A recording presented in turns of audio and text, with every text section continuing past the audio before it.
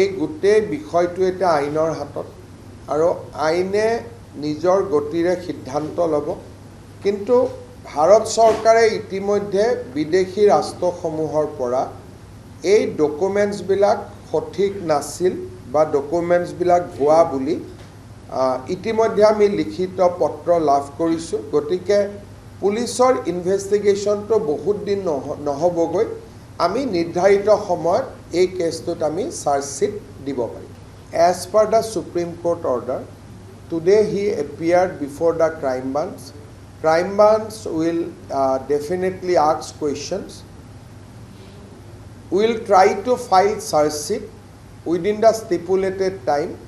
If he continue to cooperate, submission of charge sheet or submission of final report will be much faster.